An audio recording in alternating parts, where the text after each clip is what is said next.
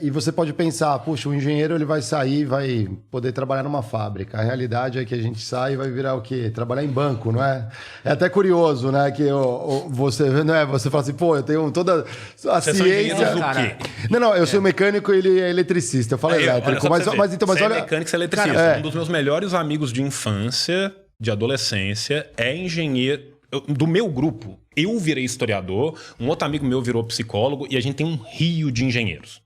Desses engenheiros que são todos mecânicos ou eletricistas, a gente tem gente no Mercado Livre, isso, tá? Gente na Petrobras, gente na Bombardier canadense. Tá fazendo a via. Ok. Sabe? Mas, por exemplo, assim, o cara. Cada um espalhou. Mas o cara vai pro Mercado Livre, o cara vai pro, então, aí pro banco. E esse é o ponto que eu queria chegar, porque, por exemplo, para nós, você vê. Tem um certo utilitarismo nas funções e aí nas profissões. E aí o pessoal olha, às vezes, a questão da galera de humanas e pergunta pra quê? Não vê, é muito utilitarista, né? Assim, do tipo, você tem que trabalhar na empresa. Esses dias eu vi uma empresa contratando antropólogo. Eu falei, cara, genial. Não, Por que não toda empresa tinha que ter um antropólogo? Você entra lá dentro, é um negócio, é uma selva, tem um... Cara, e é muito interessante porque, assim, não se aperceber disso que faz com que, citando Marx em 18, o Brumário, a história se repita como tragédia, como farsa. Né? Primeiro como tragédia, depois como farsa. Né? Então, muitas vezes você vê as mesmas coisas acontecendo de forma ligeiramente diferente, precisamente porque esse tipo de profissional vai ser muito negligenciado. Agora, por que muitas vezes esse tipo de gente é muito negligenciada? Porque esse tipo de gente, quando você forma um pensamento crítico, é complexo, né? Que vai, às vezes, contra a ideologia. Vai contra o que o status quo está falando, vai contra a ideologia do sistema, vai contra aquela manutenção. Aí o cara vai virar e vai falar uma coisa. Por exemplo, eu falo sem parar um segundo toda a oportunidade que eu tenho. Gente, fascismo não é exceção no capitalismo. Fascismo é um botão de emergência que o capitalismo aperta toda vez que o bicho pega.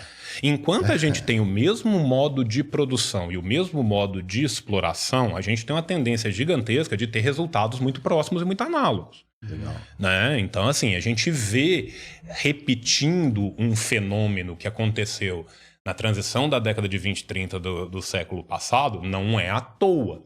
E muitas vezes as pessoas sequer sabem quando ele começou, né? Porque a gente pensa assim, o fascismo, o nazismo, década de 20, década de 30. Ninguém lembra da Action Française. O primeiro grande partido fascista não foi nem italiano, nem alemão, foi francês. Né? Antes de Mussolini ou de Hitler chegar no poder, Piłsudski já estava no poder na Polônia, mas ninguém estuda a história da Polônia. Né? As ideias que alimentam ele não são sequer ideias do século XX.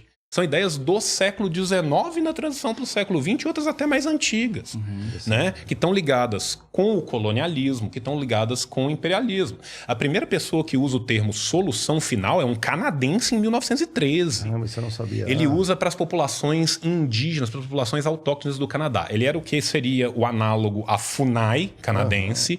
E ele vira e fala assim, se a gente fizer uma solução final e matar todo mundo, não tem mais problema. Que absurdo. Então ele literalmente usa o termo final solution, tá? O termo Übermensch e Untermensch, né? O super-homem e o homem inferior, não é alemão originalmente. Ele é do Lothrop Stoddard, que era um acadêmico americano, tá? Que foi inclusive conselheiro de 2 ou 3 presidentes estadunidenses. Agora eu não lembro se foram 3 ou 2. Ele era grande dragão da Ku Klux Klan. Ele que falava do termo Underman. Tá? Então, assim, essas ideias racistas, essas ideias racialistas, elas são ideias em trânsito. As ideias transitam. Né? As ideias transitam. Então, e se a gente for voltar lá atrás, você volta no século XVIII na França e você vai ler, por exemplo, Buffon, que era um filósofo francês, ele já está colocando as bases do racismo como a gente entende ele contemporaneamente. E aí a importância de estudar tanto e olhar para trás, né? E a gente sempre fala para não repetir os erros, ler do engano, né? Porque agora, né, o que a gente viu aí uma ameaça grande, fascista, e o pessoal às vezes acha que isso é um mimimi. E não é. Se você olha a fundo, estuda a fundo um pouco da forma de agir, as ações, inclusive coordenadas, Ela diz muito disso. Inclusive, dizer que é mimimi é uma ação coordenada para abafar e diminuir o impacto, né, do fascismo, da ameaça fascista, assim, né? Literalmente, até não sei se eu tô errado, né? Não, você está corretíssimo. E isso transborda a ética para a estética. Se você pega, por exemplo, Mussolini adorava motociata. Caramba. Tem várias fotos aí. Tem várias fotos e tal. Então, assim, não é simplesmente a questão ética, é também uma questão estética. Existe toda uma construção imagética nisso.